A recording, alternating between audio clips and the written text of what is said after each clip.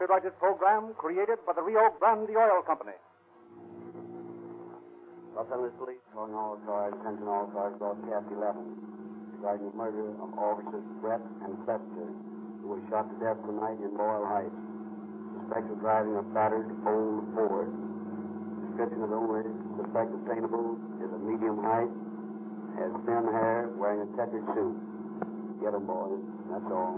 Roll some clips.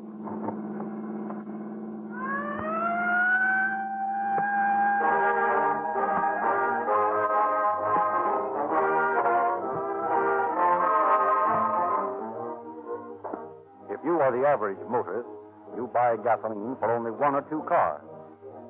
What would you do if you had to supply thousands of cars with gasoline?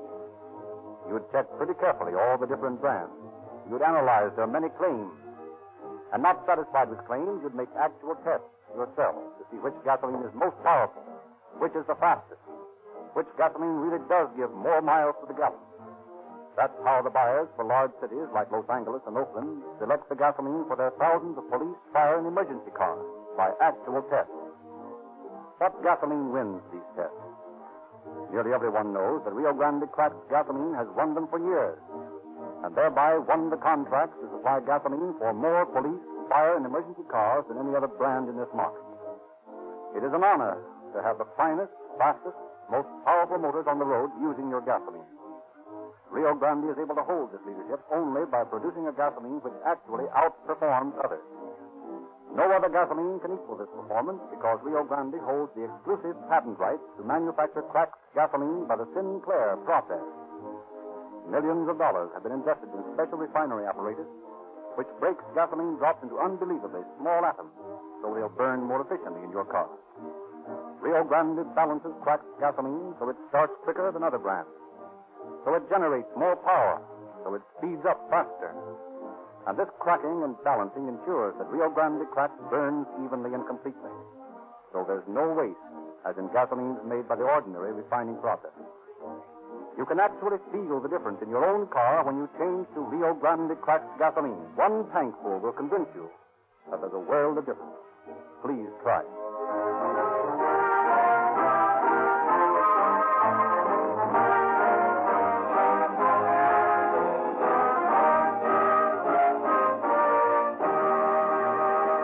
Now we are pleased to present Chief James E. Davis of the Los Angeles Police Department. Chief Davis. Good evening, friends. It is only when a police officer is slain while protecting your life and property that many of you realize how dangerous and at times how thankless his life is. The brutal killing of two men with whom I worked in the first Auto Patrol in the city of Los Angeles 15 years ago startled me, as it did the entire police personnel of the state, into such a realization. Tonight's dramatization of that fiendish slaying and the manhunt that followed it will, I sincerely hope, impress upon you the peril in which your police officers work. I hope, too, that it will serve as a warning to those who live outside the law that it is far more dangerous to shoot a policeman and take a chance on getting away than it is to surrender. For although a detective will do his best, no matter what the case is, he will do a little better than his best, go with less sleep than the little he normally gets, follow clue after clue, never giving up when he is searching for the murderer of a fellow officer.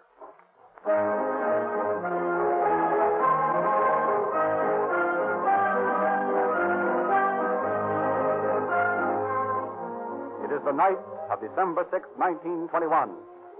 In Mosley's Auditorium at Grand Avenue and 16th Street, the annual police ball is being held. Clad in severe black and white evening dress, accompanied by their ladies in dazzling, colorful gowns, the guardians of the law are at this moment being led by Mayor George E. Cryer in the Grand March. Immediately behind the mayor marches Police Chief Charles E. Jones. Just as the march is drawing to a close, an attendant approaches the chief. Beg pardon, Chief. Yes, what is it? Important telephone call, sir. Tell them to wait. They said to get you to the phone at once. It's headquarters. Very well. Will you pardon me, my dear? Always business, you know. Certainly. Go right ahead.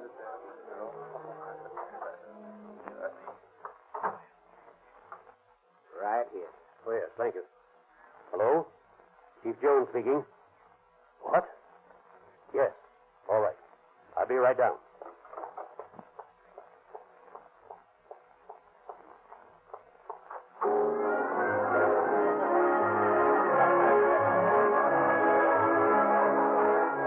Stop the music, Professor. Stop the music up here. Other officers, I have just had a call from headquarters. It was a report that Officer Bill Brett and Officer Harry Clester have just been murdered. I guess the party's over for tonight, boys.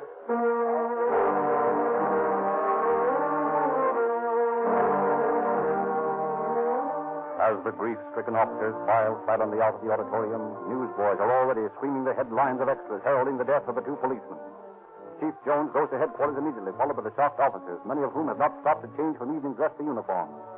A citywide manhunt is ordered at once for the brutal killers, who, not content with riddling the bodies of Brett and Clester with bullets, had maniacally driven the car backwards and forwards over the already dead bodies. The next morning, Detectives Jesse Urban and Harry Hickok are assigned to assist Harry J. Raymond, night chief of the Theft Bureau of the Automobile Club of Southern California, in investigating the crime. You know, boys, I'd rather capture the murders of Brett and Clester than any criminals I have ever brought in. These boys were close friends of mine. We've worked on plenty of cases together, and a finer pair of thoroughbreds I have never known. Yep, that's right. They were great guys. You have to go that way. You get any more dope on it down at headquarters? Well, not much. They found a couple of girls who saw it happen from the front room of their house, but they were so scared they didn't remember much. Just isn't any clue. Personally, I think an outside mob did it. I'll bet they highballed out of town right afterward. No, it doesn't sound right to me. So why? Well, it seems to me they needed some quick dough, or they never would have been working Boyle Heights. It's thinly settled, and there's no big dough to knock over up there. Yeah, that's right. My guess is they're still around. Let's go out of the neighborhood and look the place over.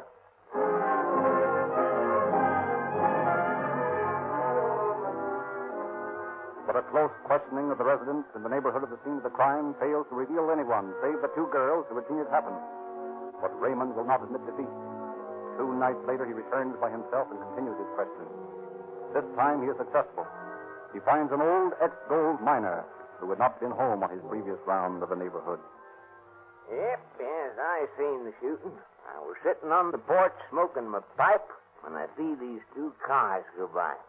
One was an old Ford. The other was the police car, I suppose. Yes, and what happened? Well, I heard somebody from the rear of the first car yell, "Boys, don't do that." And there were 2 shots, and the man fell out of it.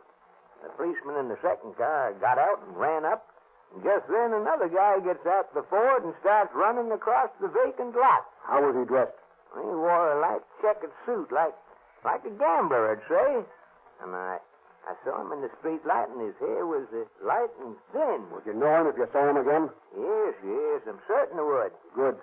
What else happened? Well, the policeman called to this fella to halt. And instead, the hombre in the check suit fired a shot at him. Then there was a shot in the back of the car, and I heard the glass splintering.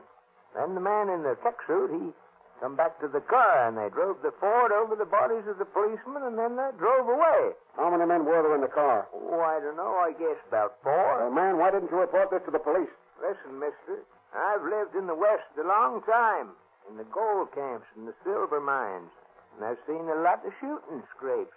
And I'm alive now because I don't meddle in other people's business.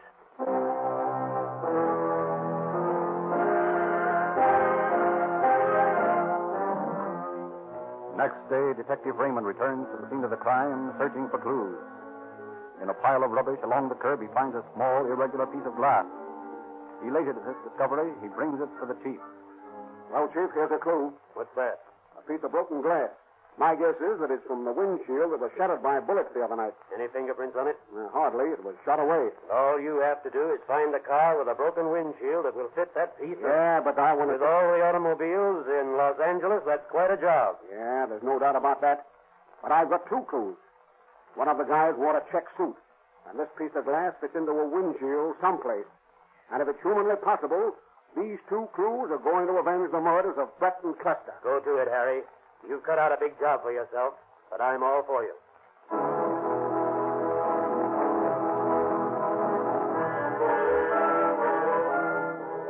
2 nights later, Raymond and Irvin are cruising through the Central Avenue district on their routine job of searching for automobile thieves. Suddenly, as they turn to 40th Street, Harry, look. What? Stop the car a minute and turn out the lights.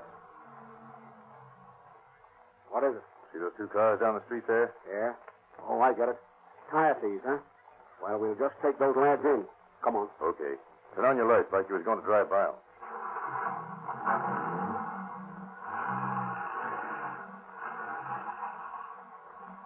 Irvin, What? that windshield has a sticker on it like comes on new windshield. Oh, what of it? Hey, what are you driving past for? Aren't you going to pinch him? Nope. I got a hunch, Irvin. What's the matter with you? Listen, I may be crazy, but that was a new windshield in that Ford. This old prospector who saw the shooting said they used an old Ford, and that one of the bullets shattered the windshield. Those guys might be the ones we're looking for. Yeah, they might at that. Well, we're going to follow them and find out.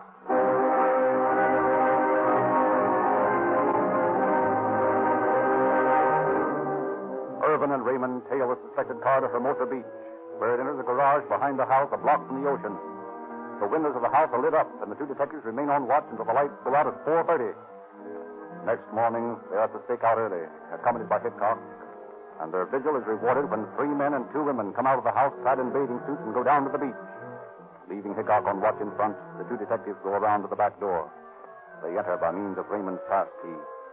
Say, Harry, here's an rifle. What's that? In this drawer here, look. Revolver. Automatic. And look at this sawed-off shotgun and all the slugs. Hey, let's get a look at the garage. Okay.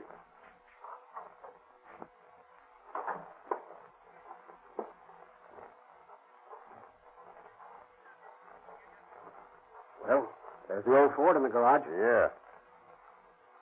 Now I want to take a look at this windshield.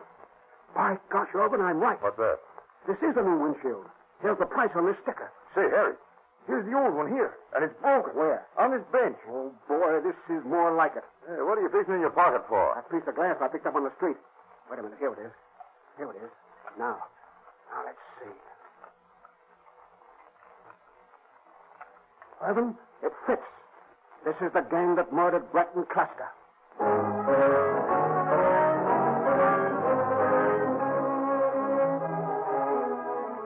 The next day, the 3 detectives return and watch until the same 3 men and 2 women go to the beach for their swim. Then they interview the occupants of the adjoining house. It all depends on what they look like here. Yeah. I'll stall till I find out if it's okay. How do you do, ma'am? Could you tell me who lives next door? I don't know. Why are you asking? Well, we're interested in knowing. Well, I don't know nothing about them. They just moved in a couple of weeks ago. They keep to themselves, and so do I. Seems like to stay up mighty late, though. I see. So you never met them then, huh? No, I don't do no visiting with neighbors out here in California. Now, back in Grand Island, Nebraska, where I come from, it was different. Yes, of course. As a matter of fact, ma'am, we're police officers. Police officers? Oh, well, I declare. And we'd like to keep watch on these people next door. Why? What have they done? Well, we don't know, but we're interested in finding out. I wonder if you could let us occupy a room on the side of your house next to theirs. Well, I don't know. I'll have to ask Pa. Pa? Oh, Pa! Yes, Henrietta? What is it? Well, what is it you want? These men are police officers. Hey? It's the law, Pa. Hey, what they after us for? They ain't, Pa. They want to watch the folks next door. It's all right? Well, I suppose so. Have they shown you their papers? Oh, yes, of course. Here you are, sir. Well, that looks sure enough like the real thing. You can come in. That's fine. Go into the room here, Cox. We've got to plant that machine. Right.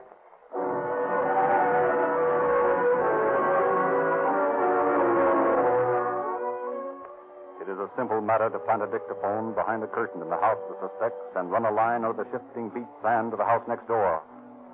All day the detectives lie in hiding, alternately taking turns listening at the dictaphone. Late in the afternoon, the party returns from the beach, and then, as they sit around the dinner table, the detectives get an earful. Hey, get a load of this. Well, let me tell you, guy, you better never doubt Bill's nerve when he's around. Oh, yeah? Yeah. Curly and Bill will be down tonight to talk things over. Ask him about that time in Utah. Yeah, that's right. Curly and Bill pulled plenty of fast ones on the Mormons. Oh, come on, boys. Cut the arguing. Have some more potatoes. Sure. Reach for them. Where's Babs, Marge? She's lying down. She got a headache in the sun today. Hey, here's Curly now. He just let himself in. Hiya, Curly. Hey, Curly. How's the boy? Hello, boys. Hiya, Marge. Where's Bill? I couldn't make it so early. You'll be down later. Hey, got some grub for me? Sure, Curly. Here you are. Got any angles, Curly? Yeah, a couple. Hey, and get this, Cal. You know, we got to get busy and get some dough. Sure, that's right. Just as soon as you line up the jobs, we'll pull them. Oh, yeah? Well, we've had some good jobs lined up, and we'd be getting the dough right now if you had any nerve. Nerve? What do you mean I ain't got no nerve? I had plenty the night we bumped off them two coppers over in Boyle Heights, didn't I? Didn't I go to the receiving hospital and make sure them two guys were dead? Didn't I? The rest of you monkeys didn't have There's no doubt about it. Those are the birds that killed Brett and Cluster. Come on, let's knock 'em over right now. Yeah, come on, Harry, let's go. Now, wait a minute. We've got these mugs anytime we want to take 'em. Let's wait until this Bill fella comes. Let's get 'em all at once.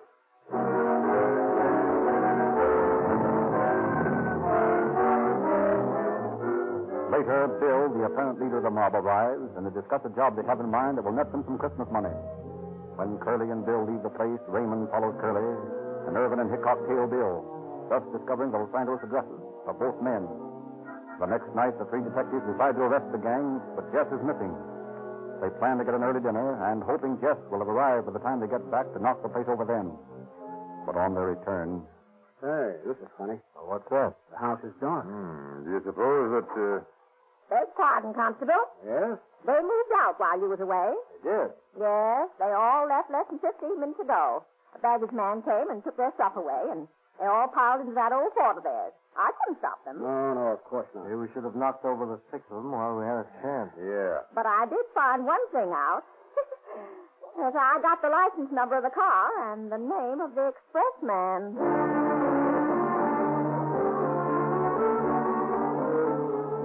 Through the quick-witted cooperation of the old lady, the detectives are enabled to pick up the trail once more. The expressman, when questioned, tells them the address on South Hope Street where he transferred the baggage for one of the girls. They raid the girl's room and take her to headquarters. Heedless of her loud protests, they question her half the night. Finally... Now, look at here, Marge. It's up to you.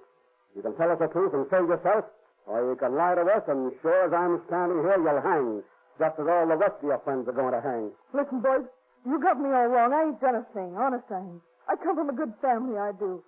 I'd never harm a living thing, not even a copper. Yeah, we know that, Marge. Now, we're not doubting you. But what we want to know is, what do you know about these other guys? Now, remember, if you want to talk, it'll save your neck. You're innocent. We want to believe you. Well, I guess they bumped off the bulls all right. That's what they claimed, anyway. Who are these guys? Who's Curly? Well, his real name is Willard Thompson. And Bill, who's he? He's Bill Brinkhurst.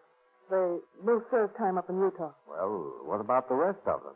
Jim Wheaton, Cal Rowe, and Jess Wendell are their names. Jim Wheaton, Cal Rowell, and Jess Wendell. Hey, tell me, why did you leave the beach so suddenly? The boys just got a hunt.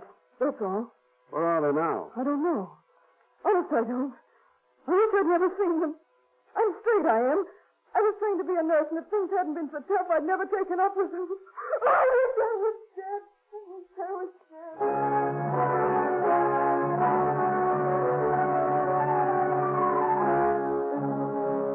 Through Marge's information, the detectives arrest Babs.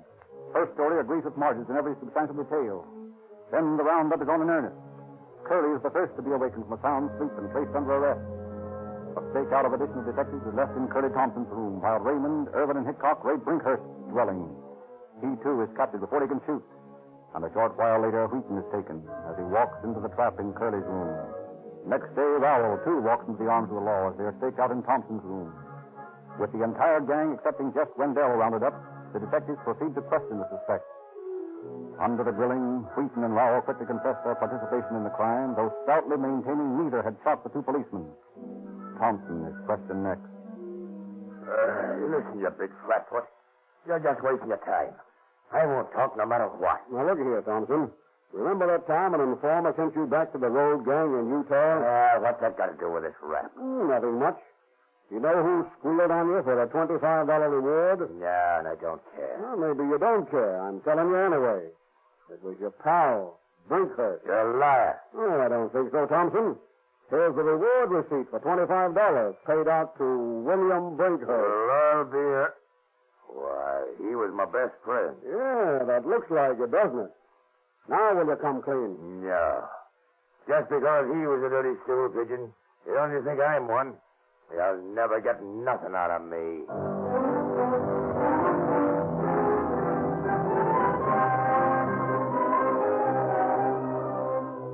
And Curly Thompson stoutly maintains his silence. Brinkhurst is next to be questioned. He claims he was helping his wife with the washing on the night of December 6th. Mrs. Brinkhurst is brought in to face her husband. Mrs. Brinkhurst, your husband tells us that he was helping you do the washing on the night of December the 6th. Is that true? Go ahead, Molly, and tell him about it. That was the night you had such bad rheumatism in your left hand. Remember? No, Bill.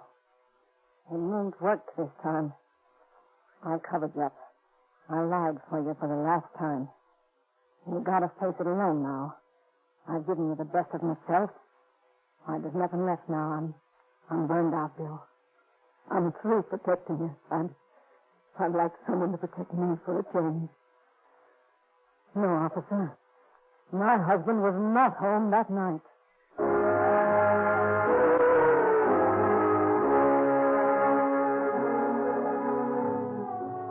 2 days before Christmas, Detective Raymond locates the estranged wife of Jeff Wendell, the only member of the gang still at liberty. He gives the officer a picture of Wendell and the license number of his Ford coupe. Raymond returns in high spirits to the officer of Secretary Mitchell of the Auto Club. Mr. Mitchell, I've got a picture and a complete description of the last one of that gang. Good. What do you propose to do? I want to run him down. Well, aren't you satisfied with the 4 you have? No, sir. I'm going to get every one of those guys that killed my pals. This Wendell is the toughest of the lot. I want to broadside the West with circulars announcing the $10,000 reward offered dead or alive. Go ahead. It's going to cost money to print and mail these flyers. I'll send through an order to advance you whatever funds you need. That's great.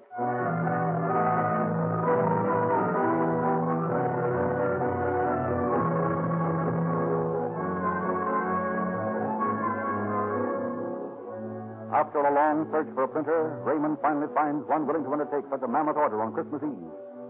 20 traffic officers are dispatched from headquarters to augment the clerical staff of the Auto Club, and the circulars, ink still wet, are in the mail by midnight of Christmas Eve. The day after Christmas, the phone rings on Raymond's desk. Sergeant Raymond speaking. Oh, the line a moment, please. Maryland, California's calling. Hello? Hello? I want to talk to Sergeant Raymond. You're speaking to him. Good. This is Constable Harris. I'm in charge of a road gang near Maryland. I just checked your circular today. The man you want passed through Maryland day before yesterday. He did? Are you sure? Yeah, he was driving a Ford coupe piled down with bedding. He drove up and asked for something to eat. I told him he'd have to wait until I heard the prisoner. He looked scared. Said he was in a hurry. I was suspicious, so I took down his license number and he drove away. And what was the number? The same as the one on your circular. That's fine, Constable. And thank you for your information. Quite all right, Sergeant. Can I do anything else for you? Nothing right now. If you can, I'll get in touch with you. All right. Goodbye. Goodbye. Now we can start to move. Get me Western Union. Western Union. I want you to take a telegram. To whom is the telegram going? To every Western Union office in Southern California, beginning at Maryland and then to Arizona, New Mexico, and Utah. Beg pardon, sir. Do you know what they're doing? That means thousands of officers. Awfully large bill. Never mind that.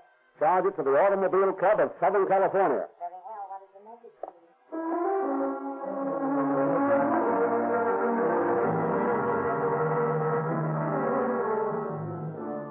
At Raymond's request, Santa Fe Railroad dispatchers send Wendell's description to every station on the Santa Fe throughout California, Arizona, and New Mexico.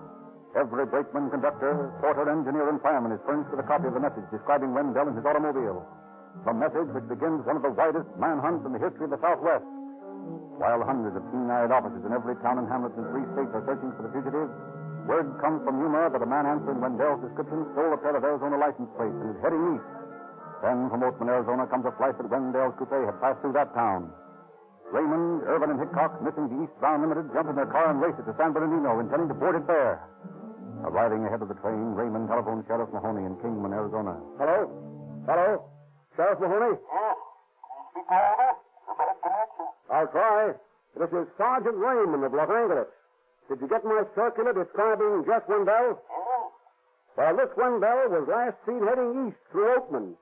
Detectives Orvin and Hickok and I are taking the 1040 in a couple of minutes, but I'd like you to start after him right away.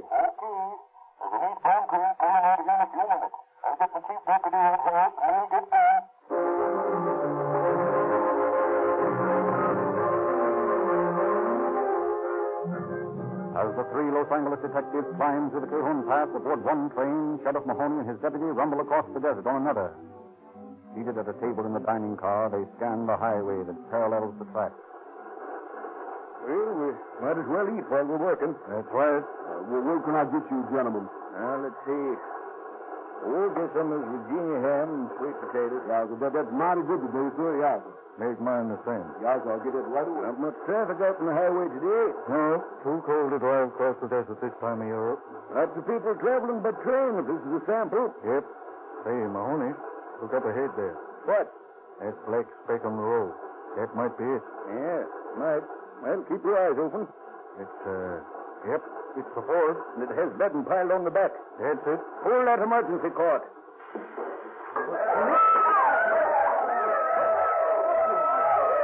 What's the idea of pulling the cord? Can't stop to explain, conductor. I'm sheriff of this county. Come on, Red. Get your gun out. Wait.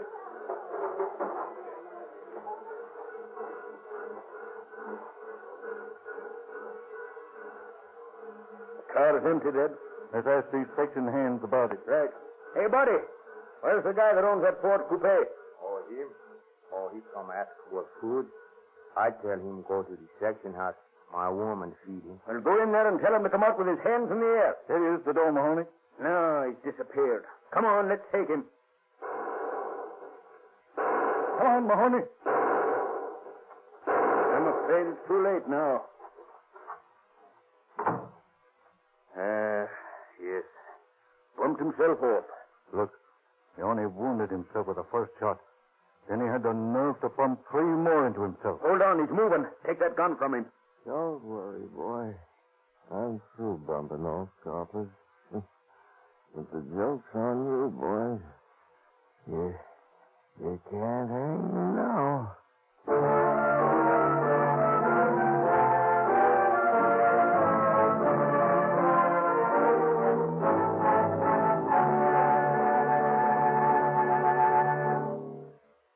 Wendell died on the westbound train bringing him back to Los Angeles. Jim Wheaton and Cal Rowell were given life by a jury that took into consideration their confessions. And on April 21st, 1924, Brinkhurst and Thompson were hanged in San Quentin. By agreement among themselves, Raymond, Irvin, and Hickok, whose splendid detective work brought this case to a successful close, split the $10,000 reward and gave one half to the widow of Officer Brett and the other half to the widow of Officer Clester. Thank you, Chief Davis. Police officers realize that their lives are at stake when they speed up their emergency cars to capture a criminal. They can't take chances on ordinary gasoline and risk a stalled engine, a foul spark plug, a sluggish motor. That's why many thousands of operators of emergency cars agree on Rio Grande cracked gasoline and specify it exclusively. Drive your car into your neighborhood Rio Grande station and you'll get exactly the same cracked gasoline that police and emergency car drivers prefer above all others. You'll also get some novel new coins with your change called police money. Boys and girls everywhere are saving this free police money because they can exchange these valuable coins for a complete junior detective outfit. So while you're enjoying police car performance in your car, you're also helping some boy or girl to get 14 free gifts. In the latest issue of the Calling All Cars News, which you can get free from any Rio Grande dealer, you will find a full description of these gifts, together with fascinating illustrated true crime stories and late movie and radio news. Get your free copy of the news right away. All Rio Grande dealers are now recommending Sinclair motor oil. Sinclair not only equals any other oil made, but also has certain features found in no other oil. Before you get your crankcase filled again, ask your Rio Grande cracked gasoline dealer about Sinclair motor oil's advantage.